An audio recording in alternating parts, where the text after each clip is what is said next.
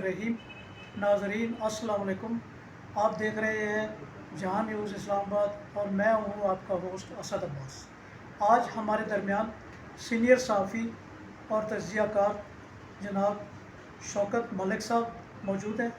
ہم جاننا چاہیں گے کہ انہوں نے 40-50 سالہ زندگی کے اندر جو جرنلزم کیا ہے اس کا آغاز کہاں سے کیا اور کیا یہ اپنے پروفیشن سے مطمئن ہے یا نہیں.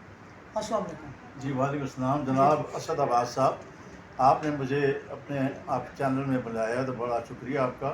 میں آپ کو شکریہ ادا کرتا ہوں اور آپ کے سوال کا جواب میں یہ شروع کرتا ہوں.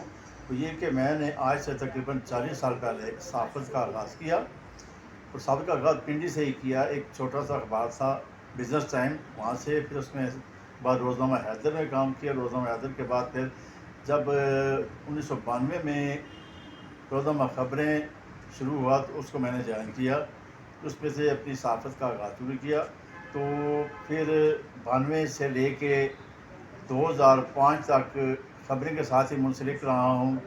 اس کے بعد ایک اخبار آیا ہمدرد میں ایز اے بیورو چیف مجھے ایک ہمارے پرانے دوست سے یوسف امام صاحب ایڈیٹر سے اس کے وہ مجھے لے کر گئے، وہاں انہوں نے بیورو چیف رکھا.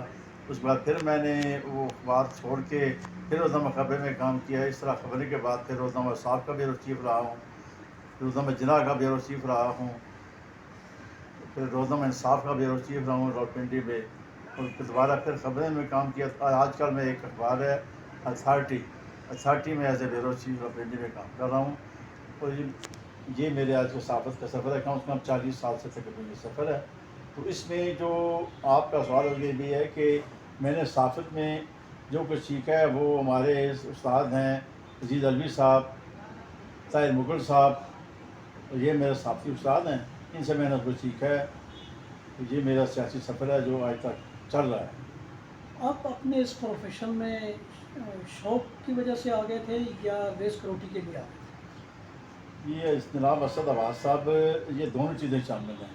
شوق اس لیے کہ مجھے بچپن سے ہی اخبار بینی کا شوق تھا اور اس اخبار بینی کی وجہ سے میں اکثر اوقات اخبارات کے لکھتا رہتا تھا. تو اس اخبار کے لکھنے کی وجہ سے جب میں کچھ تنظیموں میں عہدیدار بھی رہا تو اس دوران بھی پریس وغیرہ جو میں ہی بناتا تھا اس سے میرا اور شوق بڑھا. پھر شوقیہ طور پہ میں نے صحافت جوائن کی. تو صحافت جانے کے بعد پھر میں نے ایک بطور پیشہ بھی اختیار کر لی، کیونکہ اس میں یہ ہے کہ آپ شوق بھی پورا کر سکتے ہیں اور اپنی روزی روٹی کا ذریعہ بھی بنا سکتے ہیں. اچھا، آپ نے اپنے کیریئر کے دوران مختلف حکومتیں بنتی بگڑتی ٹوٹتی دیکھی اور مارشل لاء کے ادوار بھی آئے. کون سی حکومت کو آپ یہ کہیں گے کہ یہ بہت عوام کے حوالے سے بہتر ہے؟ جناب اسد عباس صاحب آپ کا سوال جو ہے وہ عوام کے حوالے سے نہیں، میں تو بات کروں گا کہ پاکستان کی 76 سالہ تاریخ میں تقریباً 32 سال مارشل لاء کے دور رہے صحیح.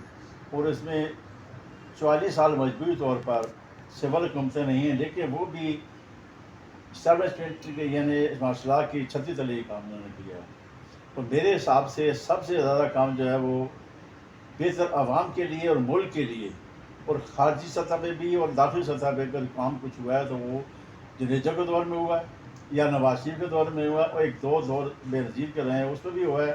میرے حساب سے تو یہ 2-3 جو رجیمز تھی یہ پاکستان کی خوشحالی کے لیے، ترقی کے لیے اصلاحی سطح پہ خارجی سطح پہ کامیاب ہیں. تو یہ بتائیں کہ آپ کے صحافتی جیسے شعبے کے اندر استاد ہیں عزیز علوی اور طاہر مغل، اس کے علاوہ مختلف ایڈیٹر صاحبان کے ساتھ بھی آپ نے کام کیا، ان کے بارے میں آپ کی کیا رائے ہے؟ جی سب سے زیادہ متاثر اگر میں ہوں تو وہ جناب ضیاء شاہد صاحب ہیں اور اس کے بعد ہیں پرسو علی خان صاحب. جی ضیاء شاہد صاحب جو ہیں وہ صحافت کے مطلب چمکتے دمکتے ستارے اور ایک انقلابی قسم کے صحافی تھے، عظیم صحافی تھے. انہوں نے صحافت میں نئی جہتیں نئی جدتیں پیدا کیں اور انہوں نے خبریں کا آغاز اس سے پہلے انہوں نے ایک پاکستان اخبار نکالا تھا، وہاں سے ان کو 1 سال بعد فارغ کر دیا گیا جب ان پر اپنا اخبار نکالا. خبریں ایسا اخبار تھا جس نے پاکستان کی سیاست میں حقیقی معنوں میں انقلاب برپا کیا. جتنے اخبارات ہیں جن کی ذمہ داری تھی ان کو اپنے آگے لگا لیا، وہ بھی ان کی طرز کی سیاست کرنے پر مجبور ہو.